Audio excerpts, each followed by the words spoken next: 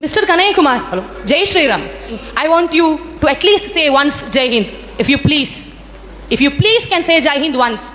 देखिए, एक तो आपने जय श्री राम कहा है, लेकिन हमारे यहाँ लोग सीताराम बोलते हैं। हाँ.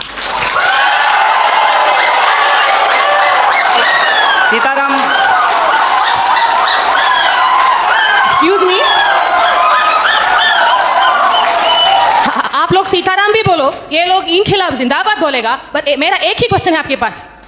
Dear sir, a few minutes before you have मैं आपके दूसरे सवाल का जवाब दे देता हूँ। नहीं, मुझे नहीं चाहिए आपका जवाब। या सीताराम जय श्री राम का कोई फर्क कोई पड़ता है तो मेरा जवाब की जवाब नहीं। And one small question, sir. You were saying about emotional politics regarding people thinking emotionally you are strong, so emotionally masses control. Yes, sir, we are emotional people.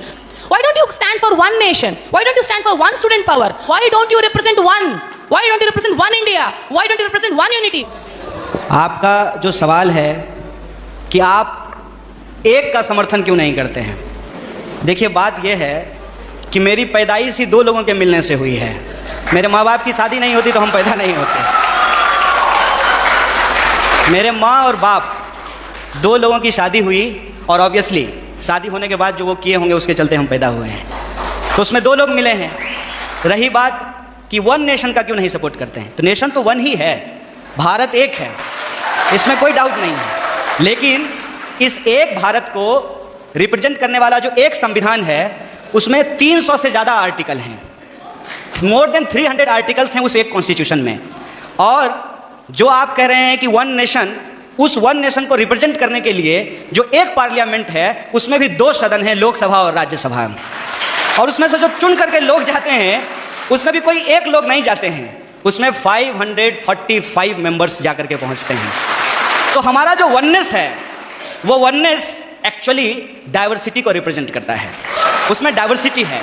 और आपने जो सवाल पूछा जय श्री राम आप बोलिए, ये आपकी आज़ादी है, आप जय श्री राम बोलिए, जय हनुमान बोलिए, आपको जो बोलना है बोलिए, क्योंकि इस बात को बोलने की इजाज़त हमको हमारा संविधान देता है। इसीलिए मैं आपसे ये आग्रह करूँगा कि आप कभी कभी उस संविधान की भी जय बोलिए जो आपको बोलने की आज़ादी देता है। और रही बात मेरी, तो मैं आपको बता दूं, मेरा तो जन्म ही मिथिला में हुआ है।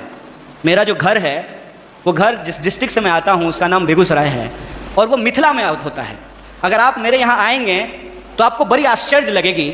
हमारे गांव में हर साल ये जो अगहन का महीना होता है हिंदी का, उसमें अयोध्या से बारात आती है और लड़के आते हैं बाराती बन करके, और राम लक्ष्मण आते हैं बर बन करके। और हमारे गांव में राम जानकी मंदिर है जहां पे हर साल राम विवाह होता है। और मैं मजेदार